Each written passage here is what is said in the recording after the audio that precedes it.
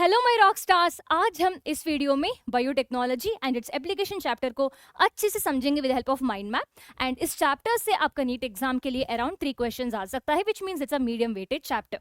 So we already studied about biotechnology principles and process, लेकिन इस chapter में हम पढ़ेंगे बायोटेक्नोलॉजी का एप्लीकेशंस क्या क्या होता है।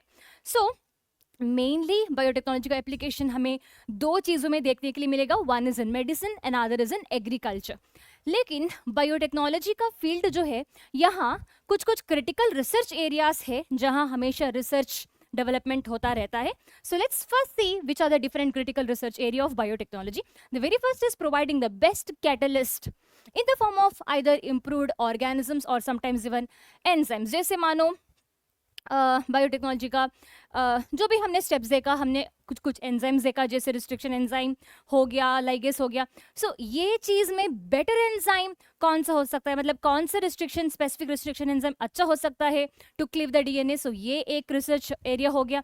दूसरा research area with respect to organism, microbes, जैसे which host cells are the best one to produce maximum recombinant DNA या मैक्सिमम रिकॉम्बिनेंट प्रोटीन। सो ये रिसर्च एरिया ऑफ बायोटेक्नोलॉजी है। Next is creating optimal condition through engineering for a catalyst to act. So हमारा restriction enzyme जो है कौन सा specific condition में और टेम्परेचर में, पीएच में मैक्सिमम एक्टिविटी दिखा सकता है। So this is another critical research area of biotechnology. And the last one is downstream processing. So these are the different critical research areas of biotechnology जहाँ हमेशा research development होता रहता है। So as I just told in the beginning of the class, biotechnology में मतलब इसका application mainly दो जगह होता है, that is in the food production, that is in the agriculture and in medicine. So first will be seeing biotechnology का application जो है अंडर एग्रीकल्चर, मतलब application of biotechnology in agriculture को हम पहले देखेंगे, बाद में मेडिसिन में कैसा कैसा एप्लीकेशन होता है बायोटेक्नोलॉजी का, ये बाद में देखेंगे। Okay, so even before thinking of biotechnology in agriculture, पहले एग्रीकल्चर प्रोडक्ट जैसे फूड प्रोडक्शन हो गया, सो इसका प्रोडक्शन कैसे ज़्यादा करते थे। So how the food production was more in the olden days, that is either by agrochemical based agriculture, organic agriculture, genetically engineered crop based agriculture which has come later. मतलब पहले क्या करते थे, in order to increase the food production और increase the product which they can take up from the agriculture, in order to increase this production people used to follow agrochemical based agriculture, मतलब chemical fertilizers use करना, and then organic agriculture, अभी भी कर रहे हैं ये सारे चीज़ें, and the latest one was genetically modified crops को use करना। okay? लेकिन what was the need for improvement in agriculture, what was the need for increase in the food production? So the need was soon after the independence, जैसे हमें independence मिल गया था around 1947, उसके बाद that is when Britishers left us. हमारा भारत में एक बड़ा प्रॉब्लम जो था, that was increasing population and for which the food production that was being produced at that time was not enough. Okay, इसीलिए हमारे लीडर्स, साइंटिस्ट सारे मिलके they thought of doing green revolution. Father of green revolution आपको पता ही है, that is M S Swaminathan. Father of Indian Green Revolution is M.S. Swaminathan. Okay, so Green Revolution was one of the biggest step to fulfill the scarcity of the food due to growing population which happened after 1947. Green Revolution में बहुत सारे अलग अलग चीज़ें किए, so cost of which food production definitely even tripled, but it was not enough for growing population. उसके साथ improved crop variety, better management technique, even agrochemical based agriculture was also performed. Of course, agrochemicals were more expensive, but yeah, these two steps which even come under green revolution, it increased the yield. लेकिन conventional techniques जो है, पहले से कुछ कुछ techniques करते आते थे ना, वो वाला जो techniques था agriculture का, that was not enough for growing population. So further increase of the food yield did not happen because of the simple conventional breeding, and it failed to keep the demand of the population. Okay, so it was not fast or efficient. So ये हो गया soon after the independence क्या क्या किया। लेकिन कुछ कुछ technique जो है, it comes under improved technique. okay? मतलब पहले था नहीं और बाद में जो शुरू किया ना, सो ऐसा वाला कुछ कुछ टेक्निक्स है which actually helped a bit in increase in the food production, which was actually a it was a better technique to increase food production. And these techniques were tissue culture, somatic hybridization and genetically modified organism. So first हम देखेंगे tissue culture के बारे में. 1950s में शुरू किया था. And tissue culture plants में होता है क्यों? Because in plants we will be able to see the property of the plant tree cells called as totipotency, that is ability to generate the whole plant from a cell or even from any part of the plant. Okay, and ये जो part of the plant या ये जो cell हम लेते हैं plant से, from which we will be able to grow entire new plant, now those cell or a part is called as explant, and it needs nutrients which includes inorganic salts, sucrose, vitamins, amino acid, growth regulators, and with the help of which we will be able to grow large number of plants from this small explant.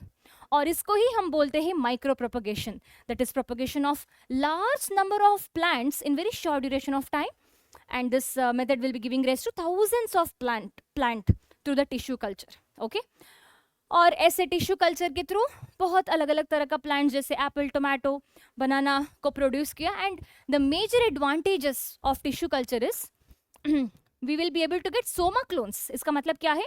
Soma मतलब somatic body which will be having diploid cells. Clones means copy.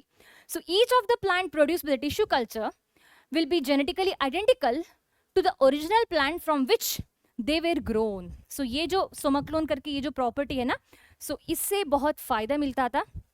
So imagine if I have a mango, if I have a banana plant which produce a very large banana with even which is quite sweet, और ये use करके मैं tissue culture के through बहुत सारे बनाना plant बनाया, तो मतलब we will be able to sell it to the farmers, and farmers also are able to produce banana from these banana plants in large number, है ना. सो ये फायदा हो गया. And another advantages, we will be even able to produce disease free plants from tissue culture, क्योंकि जब viral infection होता है प्लांट में, मेरिस्टम में वायरस का इन्फेक्शन नहीं होता, बाकी मेच्योर प्लांट में होता है. और ऐसा वाला मेरिस्टम हम उठा के टिश्यू कल्चर के थ्रू हम ग्रो कर सकते हैं मेरिस्टम को, and we will be able to retain the plant from the virus. Okay, so ये हो गया टिश्यू कल्चर के बारे में. नेक्स्ट देखेंगे सोमैटिक हाइब्रिडाइजेशन के बारे में. This was not very successful but will still see about it.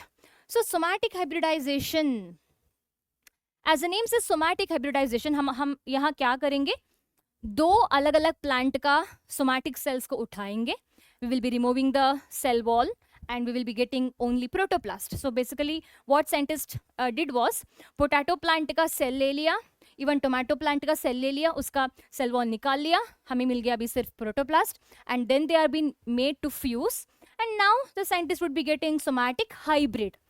So when you fuse tomato and potato का protoplast, we will be getting a hybrid, है ना, that is spomato. So इसको बोलते हैं somatic hybrid करके. Okay, isolated protoplast from two different varieties of plants, each having a desirable character, can be fused to get hybrid protoplast, which can be further grown to form a new plant, and this is called a somatic hybrid. And ये process को हम बोलते हैं somatic hybridization. Okay, so ये हो गया somatic hybridization के बारे में. अभी देखेंगे genetically modified organism के बारे में. Plants, animals, fungi, microbes, when their genetic material has been manipulated, altered, such organisms become genetically modified organism.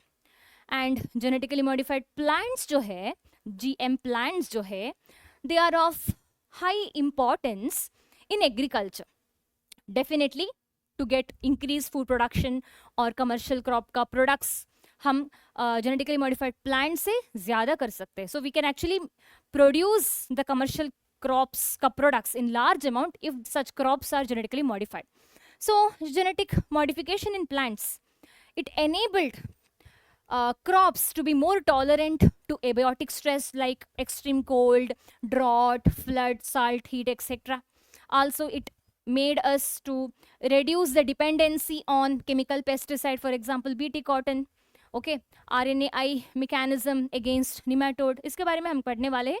Also genetically modified plants helped us to reduce post harvest loss. Example is flavor saver tomato, increased efficiency of mineral usage by plants, मतलब इसके वजह से क्या होता है, it will be preventing the early exhaustion of the fertility of the soil. We will be making the plants itself to take up maximum minerals by itself from the soil. Okay, genetic modification हम plants में करेंगे और इसके वजह से plants अपने आप जो भी मिनरल्स ज़्यादा अमाउंट में चाहिए वो अपने आप उठाएंगे from the soil. Okay, and last is it also enhance the nutritional value of some of the food. जैसे in basmati rice was been genetically modified to produce golden rice which is rich with beta carotene, that is vitamin A. और ऐसा वाला rice खाने की वजह से night blindness नहीं होता. ओके, सो ये हो गया uses of genetically modified plants. और अब हम देखेंगे, मतलब इस सारे यहाँ जो एग्जांपल्स मैंने बोल लिया एक एक करके, जैसे BT cotton, RNI mechanism against nematode and flavour survey tomato हो गया, गोल्डन राइस. सो ये सारे एग्जांपल्स में इस चैप्टर में हम 2 एग्जांपल के बारे में अच्छे से पढ़ेंगे. That is about BT cotton first. Okay, so BT cotton के बारे में फर्स्ट पढ़ेंगे, बाद में निमेटोड रेसिस्टेंट टोबैको प्लांट के बारे में पढ़ेंगे. सो let's first see about BT cotton. BT cotton में बीटी जो है ये बैक्टीरिया का नाम है, बैसिलस thuringiensis करके, which naturally produce a toxin called as BT toxin, also called as cry protein. Okay, and ये प्रोटीन, ये बीटी टॉक्सिन जो है, it is being produced by the gene called as BT gene, which has been cloned from the bacteria into the plants and been expressed in the plants to provide resistance to some of the insects without the need for any further insecticides, and this is how the effective biopesticides can be produced. मतलब मानो एक cotton के plant के अंदर हमने BT bacteria का cry gene, BT toxin produce करने वाला जीन डाल लिया. मानो अभी हमारा प्लांट बन गया बीटी कॉटन. इसकी वजह से क्या होगा, ये जो बीटी टॉक्सिन जो है, क्राई प्रोटीन जो है, naturally they will be able to kill the insect. मतलब ये जो बीटी टॉक्सिन जो है, inside the alkaline pH of the insect gut, they will be getting activated and they will be destroying the cells and even the insect later. So अभी जब हम ये BT toxin का जीन हम plants के अंदर डाल लिया, कॉटन प्लांट के अंदर डाल लिया, इंसेक्ट्स जो खाने वाले थे हमारा कॉटन प्लांट को, अभी वो मर जाता है. Okay, so let's understand the mechanism. So it's not just BT cotton, BT brinjal, corn, rice, tomato, potato, soybean, etc. were being made BT. Okay, Agrobacterium tumefaciens bacteria का वो जो TI प्लाज्मिड ले लिया, थ्रू TI प्लाज्मिड हमारा BT gene को कहाँ डालते हैं, कॉटन या सोयाबीन के प्लांट के अंदर डालते हैं. And naturally these plants now will be able to show resistance to insect. Okay, so ये जो बीटी टॉक्सिन जो है, again there are varieties of BT gene, variety of BT toxin, and they will be able to kill varieties of insects like lepidopterans, example tobacco budworm, armyworm, coleopterans, that is beetle, diphterans, that is flies and mosquitoes. So Bacillus thuringiensis forms. So why exactly and how exactly हमारा BT जो है, why exactly they are able to kill only insect, not themselves or even us? क्योंकि ये जो BT toxin हमारा ये bacteria produce करता है, they will be initially produced as inactive protein, and only when they find insects alkaline pH, then only they will be getting activated. हमारे alkaline pH में activate नहीं होगा, इंसेक्ट के alkaline pH में ही activate होगा ये BT toxin, and they will be opening the ion channels of the insects mid gut epithelial cells. इसके वजह से cells swell होता है, lysis होता है, and it will be causing the death of the insect. Okay, and ये जो BT toxin जो है, it is being produced by this particular bacteria in the form of protein crystal, which is initially inactive during only particular phase of their growth. और one of the, I mean, we already now know the reason क्यों ये जो toxin जो है bacteria में क्यों कुछ नहीं करता और क्यों हमारे बॉडी में कुछ नहीं करता, क्योंकि they need specifically alkaline pH of the insect. So let's have a look what does cry gene does, or what does this BT gene does. BT toxin gene, or also called as cry gene, which we specifically introduce into the cotton plant. What happens? Cry protein will be slowly produced because cry gene will be expressing, है ना. ये जो crystal protein या cry protein जो है, it will be containing insecticidal protein. इसके अंदर cry protein के अंदर देखो ये cry protein है, इसके अंदर होता है insecticidal protein, and initially the cry protein itself is going to be inactive protoxin, okay, लेकिन अल्कलाइन पीएच की वजह से of the insect gut, now this crystal protein will be able to get solubilized into the activated toxin. Okay, and now this activated toxin will be binding to the surface of the mid gut epithelial cells of the insect. इसके वजह से pores create होता है cells में, that is ion channels are going to open. इसके वजह से cell swell होता है, intestine का lysis होता है, and this will be causing the death of the insect. So this is how BT toxin initially, protoxin initially, inactive toxin will be later getting activated and it will be killing the insect. So as I just told, अलग अलग cry gene है, अलग अलग beta toxin का gene है which will be killing specific insect. So cry1ac, cry2ab can kill cotton bollworm, whereas cry1ab can kill corn borer. So ये हो गया हमारा बीटी कॉटन के बारे में. अभी देखेंगे हम RNAi mechanism against nematode in tobacco. Okay, let's understand nematode resistant tobacco plants.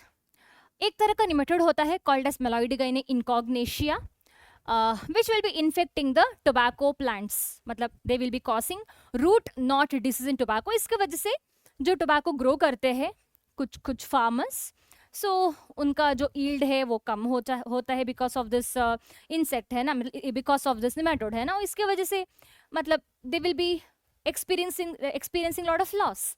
So for this reason, in order to prevent or reduce nematode Meloidigyne incognitia in the tobacco plant, scientist क्या करते हैं, RNAi mechanism को मतलब which is specific to the tobacco, इसको introduce करते हैं into the tobacco plants.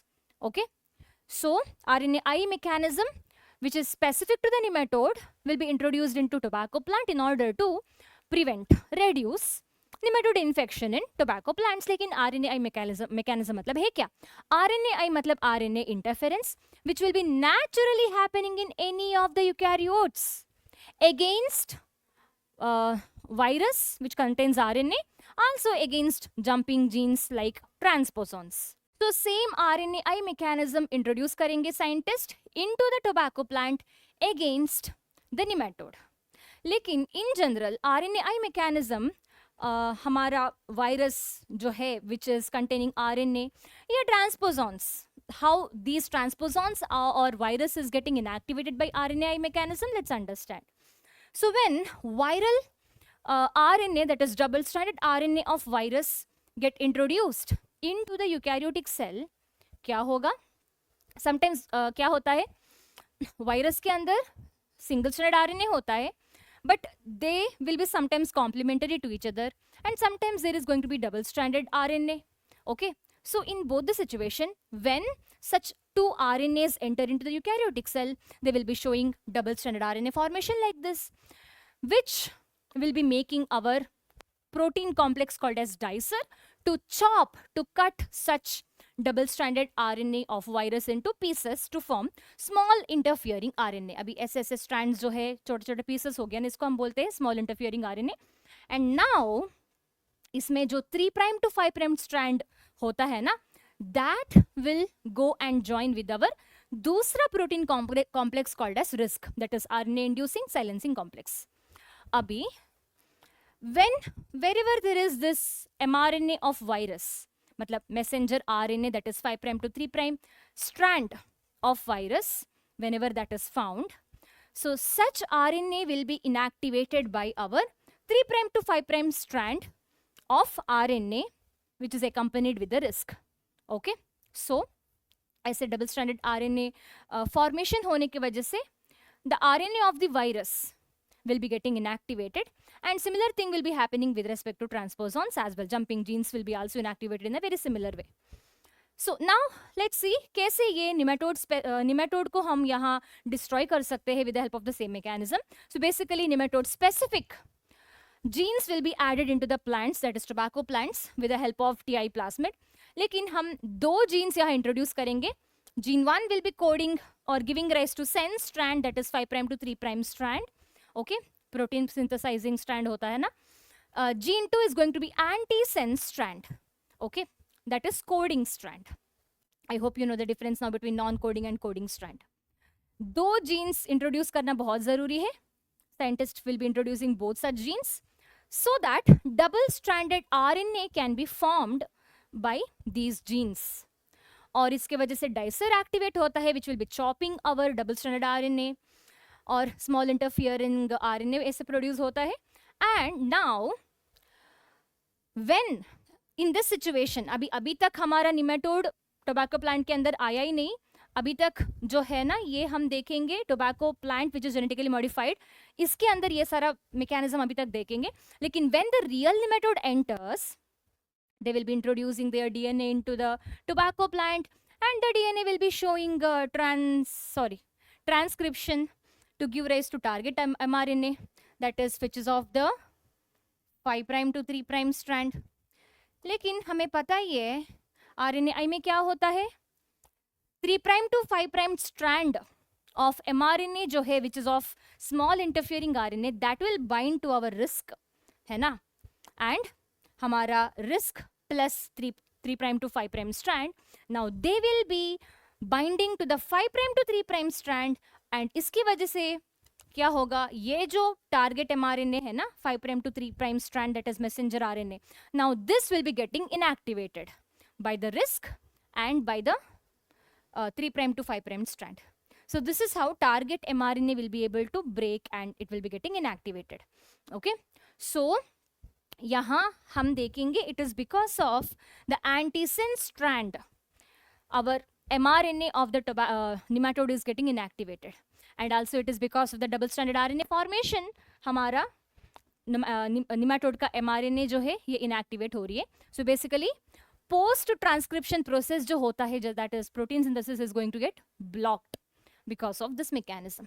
Okay, so that is about nematode resistant tobacco हम कैसे प्रोड्यूस कर सकते हैं करके. So next let's understand about application of biotechnology in medicine, where we will be studying about genetically modified insulin, gene therapy, molecular diagnosis as well. Okay, so first let's understand about genetically engineered insulin को कैसे produce करते हैं करके. इसके पहले थोड़ा background देखेंगे. The recombinant therapeutics, by the way, insulin is a type of a therapeutics. Okay, the recombinant therapeutics do not induce unwanted immunological responses as in common in case of similar product isolated from the non-human sources.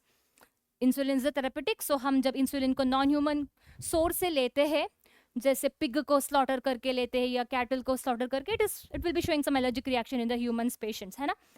So that is why it's important to make genetically modified insulin, and at present around 30 recombinant therapeutics are being approved for human use all over the world. In India, that is around 12 of these are presently being marketed. Now insulin को genetically कैसे produce करते हैं, genetic modification से के through कैसे produce करते हैं, इसको जानने से पहले let's first understand about insulin.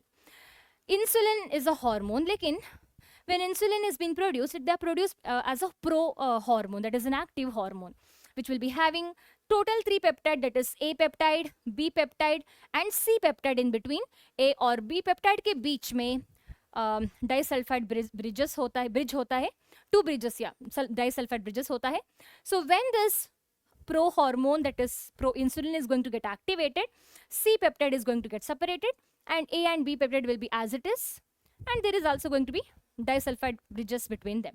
Okay, लेकिन जब recombinant DNA टेक्नोलॉजी यूज करके इंसुलिन प्रोड्यूस करना था साइंटिस्ट को, एक मेन चैलेंज ये आ रहा था कैसे प्रोड्यूस करें, इन द एक्टिव फॉर्म और इनएक्टिव फॉर्म. सो 1983 में एलिली कंपनी, अमेरिकन कंपनी एक है, they will be preparing the 2 DNA sequence corresponding to A and B peptide chain of insulin, and these DNA sequence will be separately introduced into E. coli cells, that is bacterial cells, to produce A and B peptide chain separately, and later these 2 chains of peptide will be combined by disulfide bonds between them. So ऐसे genetically engineering होता है, genetic engineering use करके insulin को produce करते हैं. Okay, so next is gene therapy. As the name says, gene therapy, it's a corrective method. Genetic disorders को gene therapy के through correct कर सकते हैं. We can correct the genetic material, that is DNA, okay, and we can cure the genetic disorder. So first gene therapy was performed in SCID patient, that is severe combined immunodeficiency patient, which is a genetic disorder also called as ADA deficiency disorder. So 1990 में किया था, 4-year-old girl में किया था जिसमें ADA deficiency है. ADA is a name of an enzyme which is very important to produce T lymphocytes which is very important for immunity, है ना. So आपको पता है ये enzyme it's a crucial enzyme for immune system to function. So जब किसी बच्चे में देखो, first of all it's a genetic disorder, so hence from the birth itself the kids will be showing this disorder.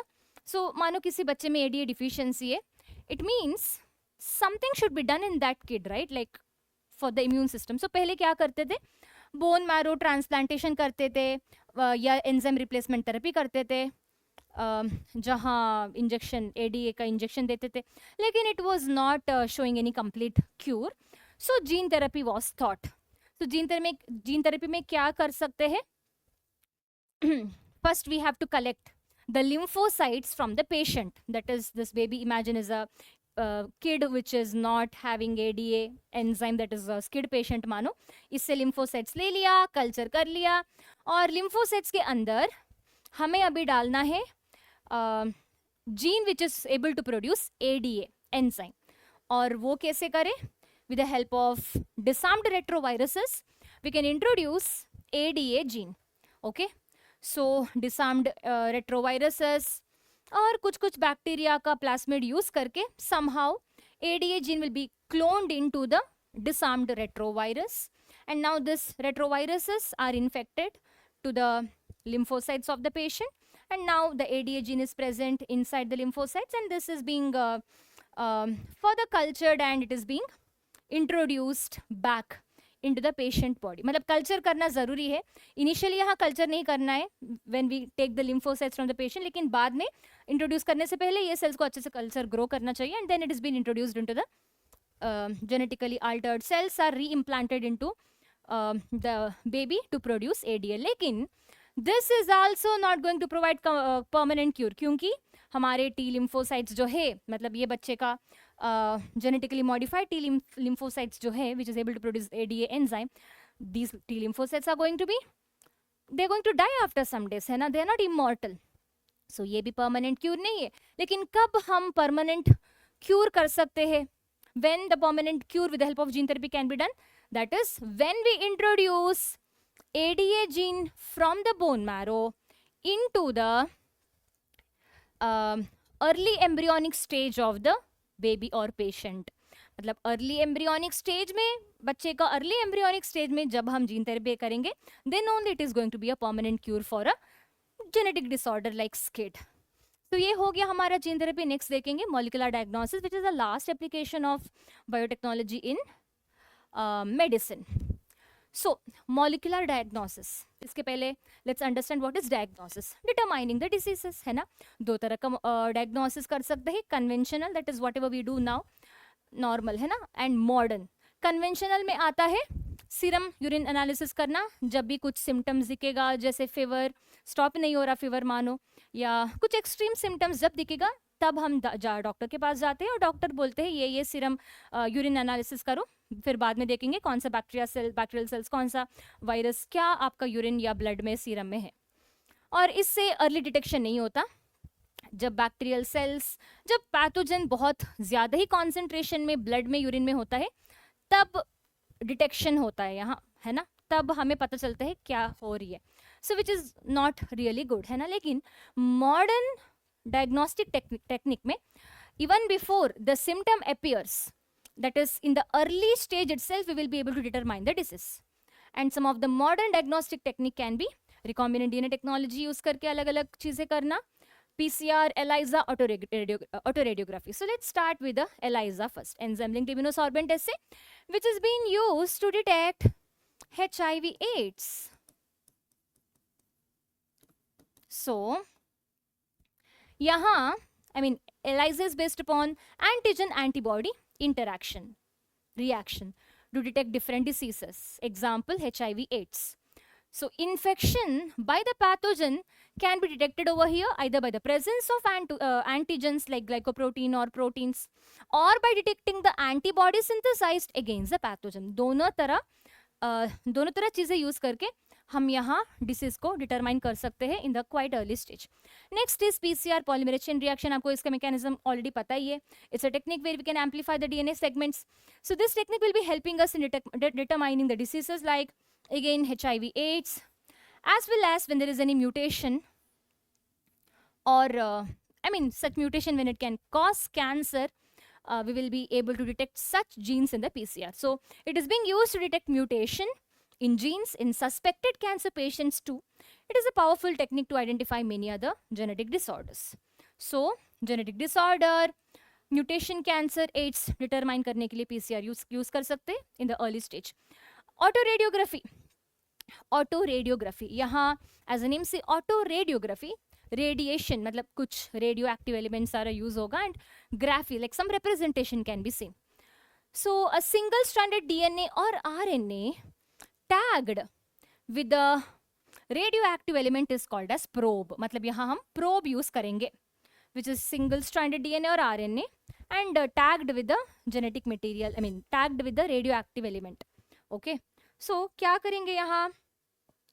So मानो किसी के DNA में कुछ म्यूटेशन हो गया, so ऐसा म्यूटेशन हम ऑटो रेडियोग्राफी यूज करके डिटेक्ट कर सकते हैं. so क्या करेंगे? प्रोब जो है ना, now when the probe is made to hybridize with some suspected mutated gene, the light has to glow. Okay, auto radiography में ये जो इंस्ट्रूमेंट में लाइट ग्लो होना चाहिए. Okay, so it's written, so probe has been allowed to hybridize to its complementary DNA in a clone of a cells. मानो किसी को हम सोच रहे शायद कैंसर या म्यूटेशन हो गया होगा, हुआ है करके, so उनके सेल्स ले लिया, उनका जेनेटिक मटेरियल मतलब डीएनए उठा लिया, हाइब्रिडाइज कर लिया प्रोब के साथ. Okay, and now we will be detecting using autoradiography. So the clone having the mutated gene won't be appearing on the photographic film. मानो किसी का फोटोग्राफिक फिल्म में लाइट अपीयर हो रही है, मतलब what is it, there is some glow that you can see in the photographic film मानो, which means that the individual is not having any cancer or mutation, क्योंकि अच्छे से complementarity हो रही है with the probe and the genetic material of the cells, है ना. अभी आप सोच सकते हैं probe कौन सा वाला, कैसे probe को उठा सकते हैं, like how do we know what should be the genetic material that should be tagged with the radioactive element. So कुछ जगह होता है DNA में which can easily mutate. Okay, सो किसी में म्यूटेशन हो रही है मतलब यूजुअली उस जगह में हो सकता है. सो ऐसा वाला जीन हम उठाएंगे.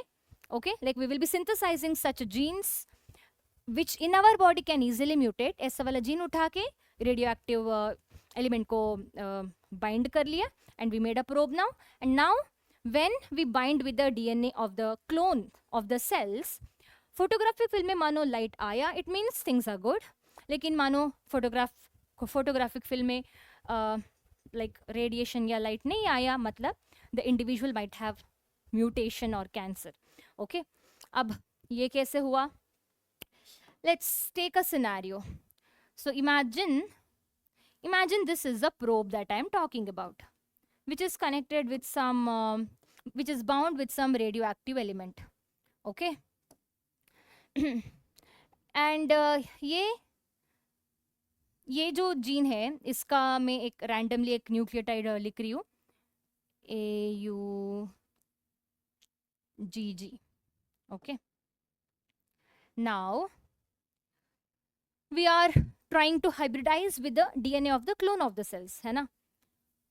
So if this probe is able to bind and it is able to glow under the photographic film, it means it has properly bound to the genetic material. So this can be UACC and light will be appearing on the photographic film. लेकिन मानो जब probe hybridize हो रही है, the light is not glowing. It means genetic material में कुछ गड़बड़ हुआ है ना.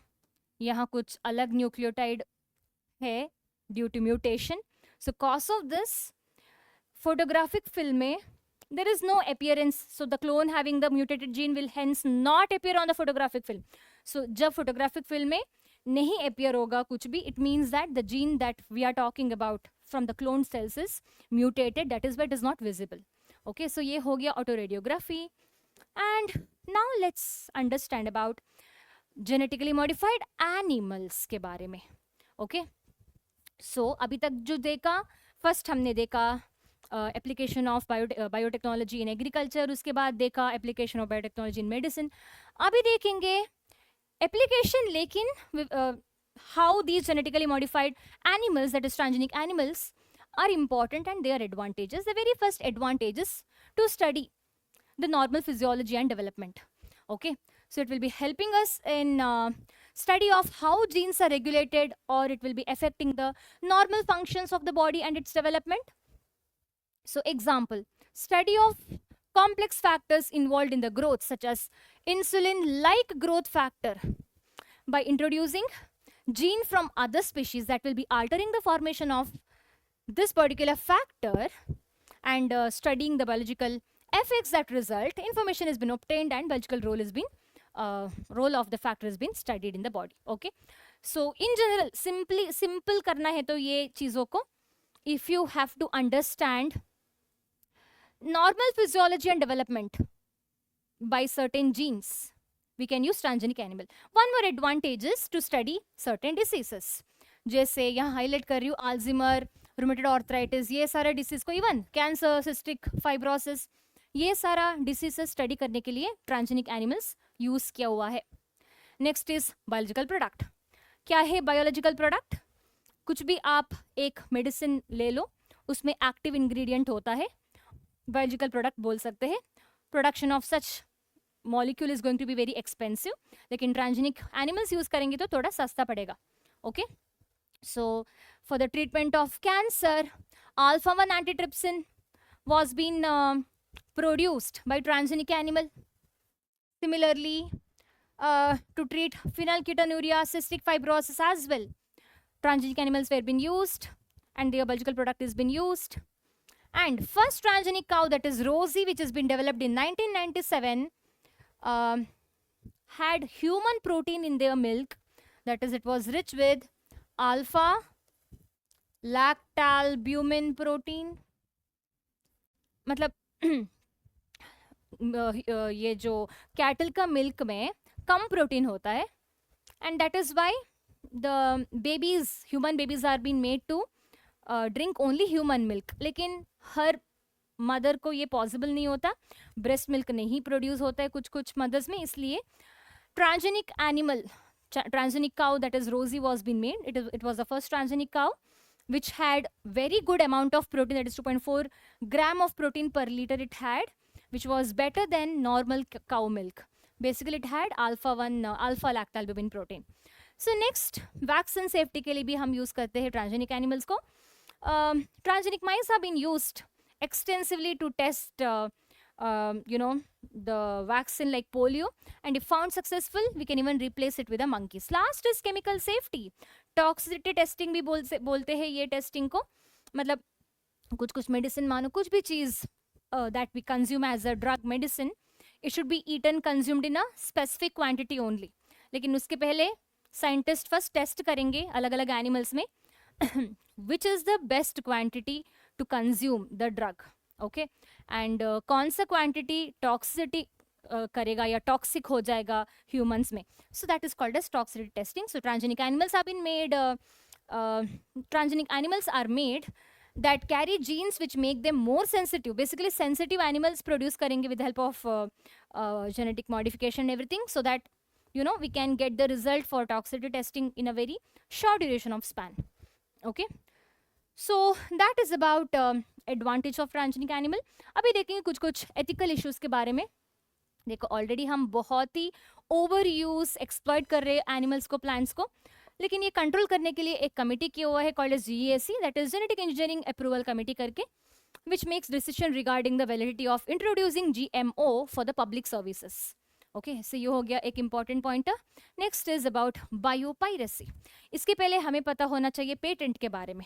आपको पता ही होगा पेटेंट मतलब क्या है. It is the right one can take on the new invention और discovery. Okay, and if someone has got patent on something, for example मेरे पास यहाँ एक चार्जर है, मानो मैं ये charger for the first time produce किया हुआ है, it's me who have produce this charger, मानो it's my idea completely, then I can take patent on this, and whoever want this charger, they can buy from me by paying whatever money I ask. So इसीलिए हाँ, bio patent biological product में होता है. इसीलिए आप देख सकते हैं बहुत लोग कहते हैं मतलब कुछ कुछ एडवर्टाइजमेंट आता है, मतलब मेरा बच्चे को ये डिसीज है लेकिन 5 करोड़ खर्चा होगा. It finds you may find it like unrealistic, लेकिन बहुत सारा ड्रग्स जो फॉरेन कंट्रीज प्रोड्यूस करता है ना, जैसे वो प्रोड्यूस करते हैं they take patent on it, and people who really want that drug, they have to give money whatever that scientist or company says. अच्छा चीज नहीं है, लेकिन कभी कभी ऐसा चीज चाहिए होता है. So whatever it is. So लेकिन बायोपायरेसी का अभी हमें पता चल गया पेटेंट क्या है. बायो पेटेंट तो बायोलॉजिकल ऑर्गेनिज्म के ऊपर होता है. तो पेटेंट में थोड़ा लफड़ाबाजी हो सकता है, इसीलिए हमारा जो पेटेंट कंट्री में जो पेटेंट देने वाला जो कमिटी जो है आईपीबी बोलते हैं, इंडियन पार्लियामेंट पेटेंट बिल करके. सो हमारे इंडियन पार्लियामेंट जो है it has recently clear the second amendment, that is second changes on the patent bill. क्यों? To reduce the biopiracy and other problems associated with this. So biopiracy मतलब है क्या? It refers to the use of bioresources by multinational companies and other organizations without proper authorization from the countries and the people concerned without compensatory payment. एक तरह का चुराना biopiracy मतलब, लेकिन with respect to the biological product discoveries ideas. Okay, let's understand with one controversy, that is basmati rice. Rice में around 2 lakh varieties of rice है India में. 27 document varieties of basmati rice alone is there in India. लेकिन 1997 में क्या होता है, an American company, not Eli Lilly, it's a different company, okay, ये लेता है patent right on our basmati rice through US patent trademark office, that is it is a patent committee of US. Okay, so this patent rights allowed this particular company to sell the new variety of basmati rice in the US and abroad. Okay, and how did they produce this new variety? Just by crossing the basmati rice with a normal semi-dwarf variety of rice. Okay, that too Indian farmers variety has been crossed with the basmati rice. और ये बोलते हैं हमारा नया invention है. Okay, so Indian basmati rice was crossed with a semi-dwarf variety and claimed as a new invention और a novelty. लेकिन हमें पता है ये बासमती राइस तो हम कितना एक्सटेंसिवली यूज़ कर रहे हैं, कितने साल से यूज़ कर रहे हैं, और हमें मेडिसिनल वैल्यू क्या क्या है सब कुछ हमें पता ही है. और हम हमारे लाइफ में there is a very big part of rice, stable food भी है हमारा, है ना. So in this situation when they took patent right basmati rice became extremely expensive and हमारा नेटिव फूड है ये, प्लांट है ये, और हमें ही इसका मतलब यूसेज हम नहीं कर सकते थे. सो फिर क्या हो गया, हमारा साइंटिस्ट ने, इंडियन साइंटिस्ट ने लड़ लिया था. ओके, एंड सिमिलर चीज़ क्या टर्मरिक और नीम में भी हुआ. Turmeric and neem we are using from some thousands like many years, like Indian हमारा इंडियन रिचुअल्स में होगा या बहुत चीज़ में, इंडिया का रिचुअल्स में, रिलीजन में, रीजन्स में राइस, नीम, टर्मरिक का यूसेज बहुत है और हम कर रहे हैं, लेकिन ये डॉक्यूमेंट नहीं किया हमने कहीं. इसके वजह से हमें पंगा पड़ गया था. लेकिन हमारा इंडियन साइंटिस्ट ने थिंग्स को क्लियर किया after many years of fighting.